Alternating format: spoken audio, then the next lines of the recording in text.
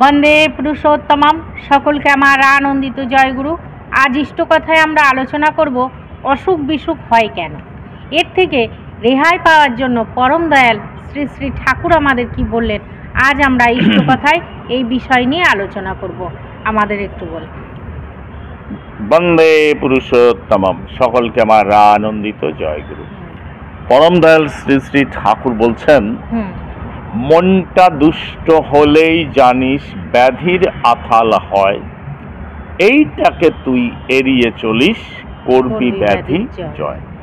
শ্রী শ্রী ঠাকুর ডাক্তারি পাশ করে তো শুরু করেছিলেন, এই ডাক্তারি বিদ্যার রোগ দেখার কাজ শুরু করেছিলেন।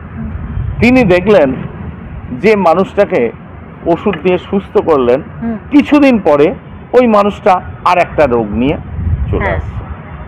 তা তখন তিনি দেখলেন যে এই মানুষের যে অসুখ বিসুখ, তার মূলে কিন্তু মানুষের মন।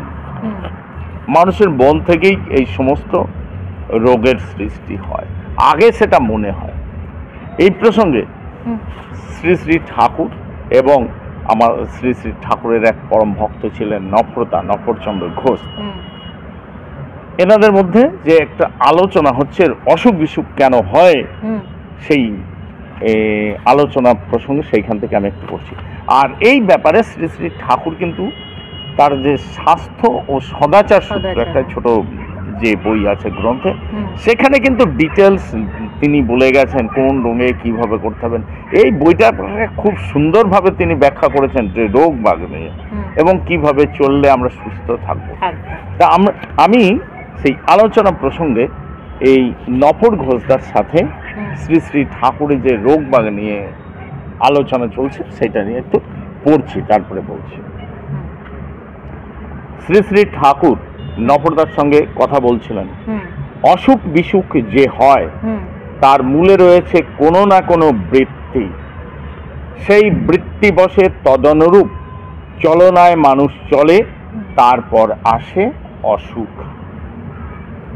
ওখানে সন্ধান না করে, ওতে হাত না দিয়ে, যতভাবে যত জায়গাতেই খোঁজা যাক না কেন, যত ঔষধি খাওয়া হোক না কেন, কিছুতেই কিছু হয় না।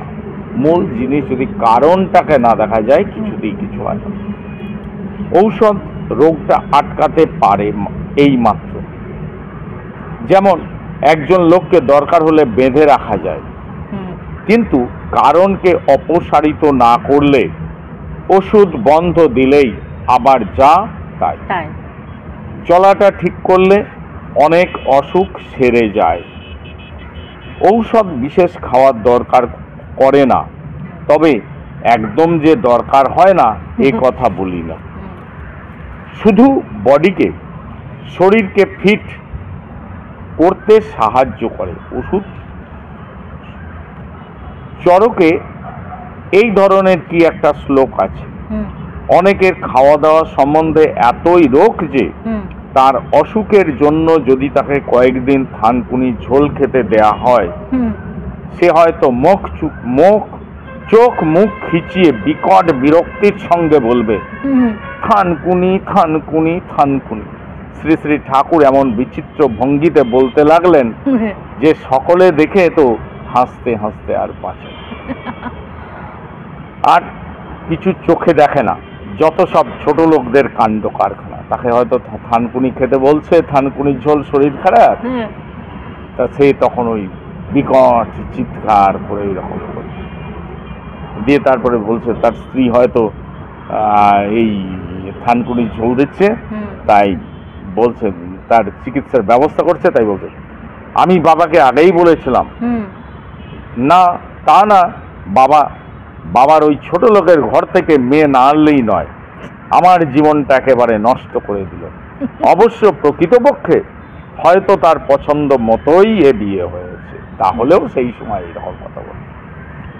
স্ত্রী যত্ন সহকারে রোগা স্বামীকে উপযুক্ত পথ্য দিতে গেলে সে হয়তো রেগে তার গায়ে খড়ম ছুঁড়ে মারল, মাজাই কেটে গেল। লোভের বশে মানুষ কি করে আর কি না করে তার ঠিক নেই। এই লোভের বশে মানুষ কি করবে তার ঠিক নেই। আর মানুষ যে নিয়ম পালন করে তার মধ্যে তার বৃত্তির খেয়ালটুকু বাদ দেয় না। মানে অনেক সময় নিয়ম পালন করতে গেলে বৃত্তির খেয়াল যেটা, সেটাকে সে পোষণ দেবেই। সে হয়তো থানকুনি ঝোলই খাচ্ছে, তার মধ্যে একটু আবার লঙ্কা রোজ টিপিয়ে নিচ্ছে। থানকুনির ঝোলই খাচ্ছে, তার সাথে একটা লঙ্কা টিপে নিচ্ছে। ভাতে ভাতে খাচ্ছে, তার মধ্যে 2 চামচ ঘি ঢেলে নিচ্ছে। বলে এ না হলে কি হয়, পারা যায়? এই অনিয়ম করা সত্ত্বেও সে মনে করে যে ঠিকভাবে চলছে। যারা এই অসুস্থ হয় তারা সব মানুষকে আমি দেখেছি বাস্তবেও, আমি তো ঠিকই চলছি, কিন্তু আমি বাইরে থেকে দেখি মোটেই ঠিক চলছে না। ওই লঙ্কা নেয়া, একটু নুন বেশি নেয়া, এ প্রবণতা তাদের কাছে আছে। রুগীদের এটা বেশি থেকে যায়।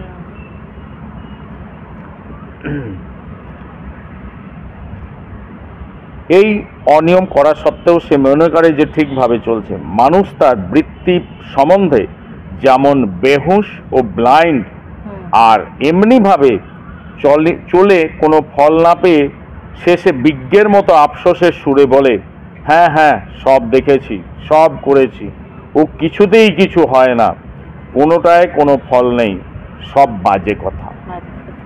এই জন্যই ভগবানের আর এক নাম বিধি। বিধিকে না মেনে কারো পারার জো নেই। মানুষ প্রবৃত্তির বৃদ্ধিকেই মানে, কিন্তু জীবনের বিধিকে, সুখের বিধিকে মানে না। তাই দুঃখ হয়ে ওঠে অনিবার্য। তোমার অসুখ করেছে, তখন হয়তো তোমার কাঁঠাল খেতে ইচ্ছা করলো, খেলে। একটা কাঁঠাল খেতে গিয়ে সারা জীবনের কাঁঠাল খাওয়া বন্ধ হয়ে গেল। তখন না খেলে কত কাঁঠাল খাওয়ার পথ খোলা থাকতো। তাই বুঝে সুঝে চলার দরকার। ভেবে দেখতে হয় কোন নিয়মে, কোন কায়দায়, কেমন ভাবে চলে ফিরে খেয়ে আচরণ করে তুমি ভালো থাকো, আর তেমনি ভাবেই চলতে হয়। এই যে চলন, আমাদের ওই চলনগুলো বলছে না যে প্রবৃত্তি মাফিক চলন হয়, এই তার জন্যই কিন্তু এত এই মানুষের যে অসুখ বিসুখ লেগে থাকে, তার কারণ হচ্ছে এটা। একজন বিখ্যাত ডাক্তার নাকি বলেছিলেন যে কলকাতার যদি এই বাইরে খাবারের এই হোটেলগুলো এগুলোকে যদি বন্ধ করে দেয়, বাইরে যে ফাস্ট ফুডের এগুলো, তাহলে 90% রোগ এমনিই কমে যাবে। বাস্তবটা তাই। মানুষ হয়তো সে খাচ্ছে, বলছে না যে থানকুনি পাতার ঝোলই খাচ্ছে, তাতে একটা লঙ্কা নেবে, আর যেটা তার ক্ষতি করবে সেটা কিন্তু সে বেশি নিতে চায়। রোগা মানুষের কিন্তু এটা, যারা রোগগ্রস্ত, এটা তাদের কিন্তু টেন্ডেন্সি থাকে। যাদের সুগার হয়েছে তাদের একটু মিষ্টির ঝোঁক বেশি থাকে। যাকে ডাক্তারে জল কম খেতে বলছে, সে একটু জল বেশি খাওয়ার চেষ্টা করে, এবং সে কিন্তু তার যুক্তি আওড়ে যাবে, আরে একটু না খেলে হয় না, আর আমি একটু ঝাল খেলে কিছু হয় না, এই একটু খেলে কিছু হয় না। সে যে কতটা খাচ্ছে সে নিজেই বোঝে। কালকেই একজনের সাথে কথা বলছিলাম যে পেটের চর্বি যে জিনিসটা, হ্যাঁ, এই যে বলছে পেটে চর্বি আছে, তার জন্য ওষুধ খাচ্ছে। তেমন আগে যেভাবে ওরা খাওয়া দাওয়া করেছে সেগুলো যাবে কোথায়? তখন সে বলছে কি, এখন খাই না তো, এখন ওই তো পুজোয় যায় একটু আধটু মাংস খাই, আর আমরা তো এখন আর বড় মাছ খাই না, এখন ওই ছোট মাছ খাই। আমি বলছি আগে যেভাবে ওই যে চর্বি খাওয়া হয়েছে, মাছের তেল খাওয়া হয়েছে, সেগুলো যাবে কোথায়? সেই বয়স থেকে, সেই ছোট থেকে খেয়ে আসছে, এখন সে রেজাল্টটা পাচ্ছে, রোগ হচ্ছে, পিঠে চর্বি চর্বি।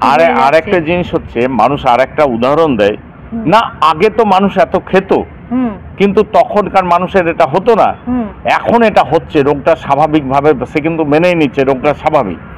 আসল কথা তা নয়, রোগ স্বাভাবিক না, সুস্থ থাকাটাই হচ্ছে স্বাভাবিক। রোগটাকে কিন্তু ডেকেই নিয়ে আসা হয়। এই যে বলছে না যে খাওয়া দাওয়া করেছে, আর আগে মানুষ যেমন কঠোর পরিশ্রম করত, কঠোর পরিশ্রম না করে যদি বেশি খাওয়া হয় তাহলে তো সেই ক্ষতি হবেই। ক্ষতি হবে। একটা ইঞ্জিনে যতটা প্রয়োজন ততটাই তেল লাগবে, তার বেশি দিলে কি হবে? শরীরে তার চেয়ে যখন বেশি যাবে তখন কি হবে? সেটা শরীরের ভেতরে একটা আনস্যাচুরেটেড ফ্যাট সেটা জমে আরো ক্ষতিকারক করবে। সেই জন্য যেমন পরিশ্রম অনুপাতিক খাওয়াটা উচিত। আর এই যে বেশি কম খাওয়া, এটার ব্যাপারটা তাই, পরিশ্রম যে যেমন করে সেই তেমন খায়, কিন্তু অতিরিক্ত সবাই তো সমান সহ্য করতে পারবে না। নিজের শরীর বুঝে আমি যেটা খেলে ভালো থাকবো সেইভাবে চলা দরকার। আর মানুষ কি তখন কিন্তু প্রবৃত্তির বশে বোঝে যে না আমার এটাই কিছু হচ্ছে না, তাহলে এটাই কিছু হচ্ছে না, তো হচ্ছে এটা কোথায়? এই যে ঠাকুরের বিধান যেগুলো দেওয়া আছে আমাদের, সকালবেলা উঠে যেভাবে চলনের কথা বলেছে, যেভাবে খাওয়ার কথা বলেছে, সেইভাবে যদি আমরা এই নিরামিষ আহারটা, কি বলছে যে নিরামিষ আহারটা বেশি যেন রিচ না হয় কিন্তু সুস্বাদু হয় খেতে, হ্যাঁ এমনভাবে রান্না করতে হবে সেটা খেয়ে যেন সে অসুস্থ যেন না হয়। হ্যাঁ, সেই জন্য এই জন্য বিধি যদি মেপে চলা হয়, যে কথাটা বললে যে শ্রী শ্রী ঠাকুর যে বিধান দিয়েছেন, সেই বিধানটা যদি মেনে চলা হয়, অনেক মানুষের আমি বাস্তবে দেখেছি রোগ ব্যাধি অনেক কমে গেছে। সকালবেলা উঠে দুটো থানকুনি পাতা জল খেয়ে নিল, তারপরে কি হচ্ছে যে দিনে যে পরিমিত খাওয়া, একটু চলা, মানুষের সাথে মেশা। আর এখন আর একটা বড় সুবিধা হয়েছে, এই যে ডিপি ওয়ার্কের একটা বিশাল সায়েন্টিফিক দিক আছে আমি দেখেছি, যে মানুষ যাচ্ছে। আগে যেটা মানুষ ঘরে বসে থাকতো, মানুষ একটু চলছে যাচ্ছে, মানুষের সাথে কথা বলছে, তার মানুষের সাথে ইন্টারাকশন হচ্ছে, তাতে কিন্তু তার একটা বিজ্ঞানসম্মতভাবেই মানুষের তার কিন্তু মনের কথাটা খুলে বলতে পারছে অনেকজন। তার ফলেও কিন্তু যে একটা মানুষ সুস্থ হয়ে যাচ্ছে। যে এই আমরা যে শ্রী শ্রী ঠাকুর যা বলছেন, আমাদের আচার্যদের যা বলছেন, পূজনীয় অবিন্দ যে জিনিসগুলো করেছেন, এখন দেখি শ্রী শ্রী ঠাকুর কি করতেন, মানুষের কোনো সমস্যা হলে তিনি প্রথমে শ্রী শ্রী ঠাকুর যখন ছোটবেলায় ছিলেন, কোনো কিছু দেখতে পেলে বলতেন মানুষের দুর্ভাগ্য, কিছু খারাপ অবস্থা, তা মাতা মুন্ময়ী দেবী বলেছিলেন ওই রকম বলিস কেন? বলছে এগুলো দেখতে পাই, বলে তো এগুলো জানতে পারিস, বলতে এর প্রতিকারটা বলতে। তারপর থেকে শ্রী শ্রী ঠাকুর কিন্তু মানুষের কিছু আপদ বিপদ হবে বলতেন না, প্রতিকার বলতেন। এখনো আমরা বাস্তব জীবনে আমরা দেখি, বাস্তব কর্মে থেকে শ্রী শ্রী আচার্যদেব বা অবিন্দদেব আজকে যে জিনিসগুলো করছেন আমাদের, তিনি বাস্তব প্রবলেমটাকে সলভ করার জন্য তিনি কিন্তু নির্দেশ দেন। এই ডিপি ওয়ার্কটাও মানুষের যে এই যে একটা আমরা বাস্তবে যে দেখি যে মানুষে একবারে ঘরে বসে থাকে, বাইরে মানুষের সাথে যোগাযোগ নেই। এই যে মানুষ একটা নিউক্লিয়াস ফ্যামিলির মধ্যে যে রয়েছে, তার সমাজ থেকে যেন বিচ্যুত হয়ে গেছে। এই বিচ্যুত যাতে না হয়, মানুষ যাতে ভালো থাকে, সুস্থ থাকতে গেলে যে পরিবেশ, সেই পরিবেশের সাথে কিন্তু মানুষকে মিশিয়ে দিচ্ছেন। আমরা যেটা নিজেরা করতাম না বাস্তবে, তিনি কিন্তু মানে আমাদের কিন্তু এমনভাবে পুষ দিলেন যে আমরা সমাজে কিন্তু আরো পরিচিত হয়ে যাচ্ছে, আরো নানাভাবে মানুষের সাথে যোগাযোগ হচ্ছে, মানুষ কিন্তু আরো থেকে আরো হয়ে উঠছে। আর এতে অনেক মানুষ, অসুস্থ মানুষ সুস্থ হয়ে যাচ্ছেন, যাদের সামান্য প্রবলেম, সেই প্রবলেমগুলো সলভ হয়ে যাচ্ছে। তাদের সেটা শারীরিক হোক, মানসিক হোক বা পারিবারিক সমস্যা, অনেক সমস্যা কিন্তু সমাধান হয়ে যাচ্ছে। তাই এই জিনিসগুলো আমাদের একটু পালন করে চলতে হবে। তাই বলছেন মনটা দুষ্ট হলেই জানিস ব্যাধির হাতাল হয়, এইটাকে তুই এড়িয়ে চলিস করবি ব্যাধি জয়। আর এই মনটা দুষ্ট যাতে না হতে পারে, তার জন্য আমাদের এই জিনিসগুলো করতে হবে, একটু মানতে হবে, চলতে হবে। ঠিক আছে? জয় গুরু। জয় গুরু। আজ আমরা খুব সুন্দরভাবে জেনে নিলাম এই যে অসুখ বিসুখ হয় কেন। সত্যি আমরা যদি ঠাকুরের বিধান মতো আমরা যদি চলি, সত্যি আমাদের অসুখ বিসুখ হবে না। ওই যে ঠাকুর কথায় বললো না, এই যে ওষুধটা আমাদের একটু লাগে সুস্থ মানে শরীরের জন্য, কোনো সময় দরকার হয়, এটা হবে, শরীর থাকলে অসুখ হবে, কিন্তু সেটাকে আমরা কিভাবে এড়িয়ে চলবো, ঠাকুর তো বিধান দিয়ে গেছে, সেইভাবে যদি আমরা চলি তাহলে আমরা ভালো থাকবো, সুস্থ থাকবো, পরম দয়ালকে নিয়ে আনন্দে থাকবো। জয় গুরু। বন্দে পুরুষোত্তম।